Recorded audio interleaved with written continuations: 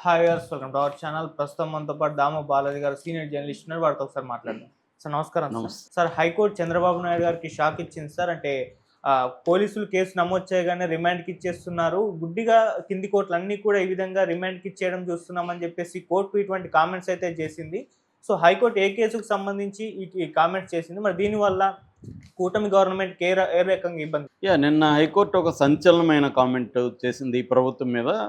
అదేంటంటే justice Raghunandan Rao, justice కుంభజడల Manmatha Rao, ఈ ద్విసభ్య ధర్మాసనం ఒక కేసు సందర్భంగా సీరియస్ కామెంట్లు చేసింది. అదేంటంటే కింది కోర్టులు, మ్యాజిస్ట్రేట్ కోర్టులు యాంత్రికంగా రిమాండ్కు పంపించేస్తున్నారు. ఆ కేసు ఏంటి, ఫిర్యాదు ఏంటి, ఫిర్యాదులో ఉన్న అంశాలే పోలీసులు చేర్చారా, లేకపోతే ఎక్స్ట్రా సెక్షన్లు పెట్టారా, ఆ సెక్షన్లు ఈ ఫిర్యాదుకి సంబంధం ఉన్నాయా, అవన్నీ పరిశీలించకుండా గుడ్డిగా యాంత్రికంగా పోలీసులు ఇలా పెట్టగానే అలాగా రిమాండ్కి పెట్టేస్తున్నారు. ఇది కరెక్ట్ కాదు, దీన్ని మేము సమీక్షిస్తాము అన్ని కేసుల్ని అనేది వాళ్ళు ప్రకటించారు. ఏ కేసులో ప్రకటించారంటే గత సంవత్సరం జరిగిన కేసు ఇది. మాదిగ మహాసేన వ్యవస్థాపక అధ్యక్షుడు కొరిటిపాటి ప్రేమ్ కుమార్ అనే వ్యక్తిని పోలీసులు ఎత్తుకుపోయారు. చాలా అర్ధరాత్రి తర్వాత ఎత్తుకుపోయి ఎప్పుడో 8 గంటలకు అరెస్ట్ అయినట్టుగా చూపించారు. అతని మీద ఫిర్యాదు ఏంటంటే ఒక సోషల్ పోస్ట్, అతను సోషల్ మీడియా, జగన్ తరపున సోషల్ మీడియాలో ఉంటున్నాడు. అతను ఒక పోస్టు సెటైరికల్గా ఒక గవర్నమెంట్ మీద పోస్ట్ పెట్టాడు. అందులో అసభ్యం కానీ లేకపోతే ఇంకోటి కానీ లేదు, జస్ట్ సెటైర్ ఉంది. దానికి సంబంధించిన ఫిర్యాదు కూడా ఇతని మనోభావాలు దెబ్బతిన్నా ఏదో ఇచ్చారు. కానీ అతని మీద సెక్షన్లు ఏం పెట్టారు అంటే అతను బెదిరింపులకు పాల్పడుతున్నాడు, క్రిమినల్ ఇంటిమిడేషన్ అంటాం, క్రిమినల్ ఇంటిమిడేషన్ చేశాడని, అట్లాగే బ్లాక్మెయిల్ చేస్తున్నాడని ఈ సెక్షన్లు పెట్టారు. నిజానికి కంప్లైంట్లు అవి లేవు, కంప్లైంట్లో లేనివి వీళ్ళు పెట్టారు. ఇప్పుడు ఎవరైనా నన్ను ఇతను బెదిరిస్తున్నాడు, బ్లాక్మెయిల్ చేస్తున్నాడని ఫిర్యాదిస్తే ఆ సెక్షన్లు పెట్టాలి. ఇతని రాసిన పోస్ట్ వల్ల నా మనోభావాలు దెబ్బతిన్నాయంటే దానికి బెదిరింపులు ఎక్కడ ఉన్నాయి, దాంట్లో బ్లాక్మెయిల్ ఎక్కడ ఉంది, ఆ సెక్షన్లు పోలీసులు పెట్టారు. దీన్ని నిన్న విచారణకు వచ్చింది. ఇది మళ్ళీ విచారణ సందర్భంగా ఇందాక చెప్పిన రఘునందన్ రావు, మన్మథరావు ఇద్దరు కూడా సీరియస్గానే దీన్ని తీసుకొని ఇలాంటి కేసుల్లో గుడ్డిగా రిమాండ్కి ఎందుకు. నేను మొన్న కూడా పోసాని చెప్పినప్పుడు ఇదే పాయింట్ చెప్పాను. నేను పోసాని మీద జనసేన కార్యకర్త, అతను పెట్టిన కేసు ఏంటి, ఫిర్యాదు ఏంటి, ఇతను ప్రెస్ క్లబ్లో 1 year బ్యాక్ ఎప్పుడో ప్రెస్ క్లబ్లో నంది అవార్డుల గురించి మాట్లాడతాడు. నంది అవార్డుల గురించి మాట్లాడి కమ్మ కులానికి మాత్రమే నంది అవార్డులు ఇచ్చాడని చెప్పాడు. ఇది కులాల పరంగా వైరుధ్యాలను పెంచే విధంగా ఉంది, సినిమా ఇండస్ట్రీలో కూడా అపార్థాలు క్రియేట్ చేసే విధంగా ఉంది, ఇతని మీద చర్య తీసుకోగలరు అని 2 రోజులకు ముందు అతను ఓబులవారిపల్లి పోలీస్ స్టేషన్లో కంప్లైంట్ ఇచ్చాడు. వీళ్ళు ఏం పెట్టాలి ఆ సెక్షన్లు, ఈ సమాజంలో అశాంతి రేకెత్తిస్తున్నాడు, వివిధ సెక్షన్ల మధ్య గొడవలు పెడుతున్నాడు అనేదే పెట్టాలి. కానీ వీళ్ళేం పెట్టారు, ఇతను ఒక ఆర్గనైజ్డ్ క్రిమినల్ ఆర్గనైజేషన్లో సభ్యుడు అనేది 111 సెక్షన్ బిఎన్ఎస్ 111 పెట్టారు.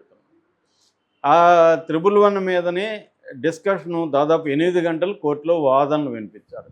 వాదన వినిపించినాక ఈ 111 పెట్టడం కరెక్ట్ కాదని మ్యాజిస్ట్రేట్ కూడా చెప్పినాడని తనూరు మన పొన్నవల్లి సుధాకర్ రెడ్డి చెబుతున్నాడు.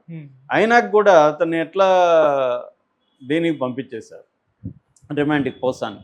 అసలు అతన్ని అరెస్ట్ చేయడమే ఆ సెక్షన్ల కింద రాంగ్, అరెస్టు చేయొద్దని సుప్రీంకోర్టు అనేక సార్లు చెప్పింది.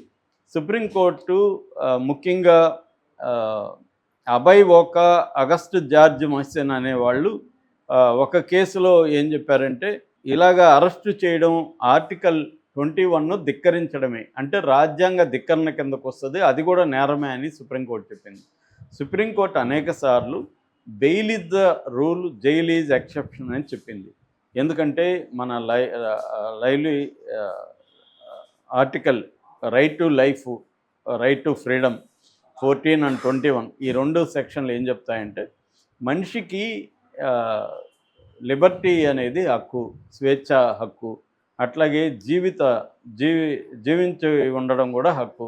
ఈ 2 హక్కులకి భంగం కలిగిస్తూ ఉన్నారు వీళ్ళు అనేది చెప్పి ఫైనల్గా సుప్రీంకోర్టు అనేక కేసుల్లో మొత్తం కేసుల్ని 4 రకాలుగా విభజించింది. నెంబర్ 1 ఏంటంటే offences punishable with imprisonment of 7 years or less అన్నమాట. అంటే 7 ఏళ్ళు జైలు శిక్ష పడే కేసులు వాటిని నెంబర్ 1గా ప్రకటించింది. నెంబర్ 2 7 ఏళ్ళ కంటే పైబడిన కేసులు అంటే డెత్ పనిష్మెంట్ కావచ్చు, లైఫ్ ఇంప్రిజన్మెంట్ కావచ్చు, ఇలాంటి కేసుల్ని 2వ కేటగిరీగా ప్రకటించింది. 3వ కేటగిరీ స్పెషల్ చట్టాలు అంటే స్పెషల్ యాక్ట్స్ అంటారు వీటిని. అవి NDPS 1985లో వచ్చింది కావచ్చు, PMLA 2002లో వచ్చింది కావచ్చు, 2012లో ఉపా కావచ్చు. ఉపా అనే ఒక చట్టం ఉంది, అది 1967లోనే వచ్చింది. అట్లాగే కంపెనీస్ యాక్ట్ 2013లో, పోక్సో 2012 ఇలాంటి కొన్ని స్పెషల్ చట్టాలని 3వ కేటగిరీలో చేర్చింది. 4వ కేటగిరీలో ఎకనామిక్స్ అఫెన్సెస్ అంటే అవినీతులు కావచ్చు, డబ్బులు దుర్వినియోగం కావచ్చు, ఈ 4 రకాల సెక్షన్లు చేర్చి ఫస్ట్ దాంట్లో అసలు అరెస్ట్లే చేయొద్దని చెప్పింది. ఫస్ట్ది ఏది 7 ఏళ్ల కంటే జైలు శిక్ష తక్కువ పడే వాటిలో అరెస్టులు చేయకండి, వాళ్ళని విచారణకు పిలిపించండి. 41A అప్పట్లో CRPC, ఇప్పుడు 35 BNSS భారతీయ నాగరిక సురక్షా సంహిత 35, అప్పుడేమో CRPC క్రిమినల్ ప్రొసీజర్ కోడ్లో 41A కింద నోటీసులు ఇవ్వండి. అతను విచారణకు రాకపోతే అప్పుడు బెయిలబుల్ వారెంట్ ఇవ్వండి. అప్పుడు కూడా రాకపోతే అప్పుడు నాన్ బెయిలబుల్ వారెంట్ తీసుకోండి కోర్టులో. అప్పుడు అతన్ని కోర్టు ముందు పెట్టండి. అప్పుడు కూడా అతను కరెక్ట్గా వచ్చి ఇంక మీదట వస్తాననుకుంటే దాన్ని బెయిలబుల్ వారెంట్గా మార్చేయాలి, అంతేగాని జైల్లో పెట్టద్దు అనేది క్లియర్గా చెప్పింది ఫస్ట్ దాంట్లో. సెకండ్ ఏంటి, 7 ఏళ్ళ కంటే జైలు శిక్షలు ఎక్కువగా డెత్ లేకపోతే ఇంప్రిజన్మెంట్ పడే దాంట్లో కూడా విచక్షణ చూపించాలి. నీ అబ్సల్యూట్గా అరెస్ట్ అవసరమా, ఈ అరెస్ట్ ఎందుకోసం చేస్తున్నావు, పర్పస్ ఏంటి, ఆబ్జెక్టివ్ ఏంటి, ఇవన్నీ ప్రశ్నించుకొనే పోలీసులు అరెస్ట్ చేయాలి అనేది 3వది స్పెషల్ యాక్ట్. స్పెషల్ యాక్ట్లలో ఫర్ ఎగ్జాంపుల్ PMLA ఉంది. PMLA సెక్షన్ 45 ప్రకారం బెయిల్ ఇవ్వద్దు అనేది అంత ఈజీగా ఇవ్వకూడదు అని ఉంది. అలాంటి వాటిలో కూడా అబ్సల్యూట్ ప్రాథమికంగా అతన్ని జైల్లోనే పెట్టాలి, జైల్లో పెట్టకపోతే సాక్షుల్ని బెదిరిస్తాడు, లేకపోతే ప్రలోభాలకు గురి చేస్తారు, సాక్ష్యాధారాలను తారుమారు చేస్తారు, లేదు విదేశాలకు పారిపోతారు అనుకున్నప్పుడు మాత్రమే జైల్లో పెట్టాలి అనేది కూడా వాళ్ళు చెప్పారు. ఇక 3వది ఎకనామిక్ అఫెన్సెస్లో స్ట్రిక్ట్గా ఉండాలి, కానీ ఈ రూల్ దానికి కూడా వర్తిస్తుంది 3వ క్లాజ్ రూల్ అని చెప్పింది. అంటే ఓవరాల్ ఎసెన్స్ ఏమంటే సుప్రీంకోర్టు చెప్పింది, ఏ వ్యక్తినైనా 7 ఏళ్ళ తక్కువ ఉంటే అరెస్టు చేయొద్దు అని చెప్పింది. కానీ అరెస్ట్ లీగల్గా తీసుకుంటే అరెస్ట్ చేయొచ్చు, రిమాండ్కి కూడా పెట్టచ్చు, కానీ అది గుడ్డిగా చేయకండి అనేది సుప్రీంకోర్టు అనేకసార్లు చెప్పింది. కానీ ఇప్పుడు ఆంధ్రప్రదేశ్లో ఏం జరుగుతుంది, సంబంధం లేని వాళ్ళు కేసులు పెడుతున్నారు. వాళ్ళు ఎందుకు కేసులు పెట్టారు, వాళ్ళకి సంబంధం ఏంటి అనేది తెలియదు. కేసులు పెట్టగానే వచ్చి అరెస్టులు చేసి తీసుకెళ్ళిపోయి అర్ధరాత్రులు వస్తున్నారు. ముందు రోజు తర్వాత డేట్ వేసి పోసాన్ని అరెస్ట్ చేశారు. తర్వాత అతన్ని ఫిర్యాదులో లేని సెక్షన్లు పెట్టేస్తున్నారు పోలీసులు. పెట్టేసి దానికేమీ గ్రౌండ్స్ చూపించట్లేదు. ఇతను ఆర్గనైజ్డ్ క్రిమినల్గా ఉన్నాడు పోసాన్ అనే దానికి ఏమన్నా గ్రౌండ్ ఉందా, అది వాదించి అది తప్పని తేలినాక కూడా మళ్ళీ మ్యాజిస్ట్రేట్లు గుడ్డిగా ఇచ్చేస్తున్నారు. నిన్న కూడా కర్నూలులో 14 రోజులు ఇచ్చేశారు గుడ్డిగా. అలా ఇచ్చేస్తున్నారు. ఇచ్చేసినాక ఒక దాంట్లో అరెస్ట్ చేసినాక మళ్ళీ రకరకాల కేసులు పెట్టేస్తున్నారు. ఇవన్నీ కూడా ఎవరెవరో సంబంధం లేని జిల్లాలు అంతా పెట్టి జిల్లాలు తిప్పి హరాస్ చేస్తున్నారు. అట్లాగే అర్ధరాత్రులు ఎత్తుపోయి వాళ్ళని కోర్టుకు పెట్టకుండా ఉన్నారు. అందుకని హెబియస్ కార్పస్లు కూడా పెరిగాయి. సో కోర్టులు చెప్పింది గవర్నమెంట్స్ ఫాలో కావట్లేదు. రీసెంట్గా అరుణ్ మిశ్రా అని ఆయన సుప్రీంకోర్టు అడ్వకేట్ కూడా ఈ దేశం నుంచి పారిపోవడం బెటరు, ఈ దేశం నుంచి నేను వెళ్ళిపోతాను, ఈ దేశంలో న్యాయం లేదు అనేది సుప్రీంకోర్టు జడ్జి సాక్షాత్తు ఆయనే వాపోయారంటే మన పరిస్థితి అర్థమవుతుంది. ఇండియాలో రాజకీయాల పరిస్థితి అంటే జడ్జిలు చెప్పిన న్యాయ వ్యవస్థ మీద కానీ జడ్జిల మీద కానీ తమకు అనుకూలంగా లేకపోతే ఏమాత్రం గౌరవం చూపించట్లేదు ఎవరైనా. జగన్ ప్రభుత్వంలో అదే జరిగింది. జగన్ అనేకసార్లు కోర్టుల్ని ధిక్కరించాడు. సాక్షాత్తు డీజీపీని కోర్టు పిలిపించి మందలించింది.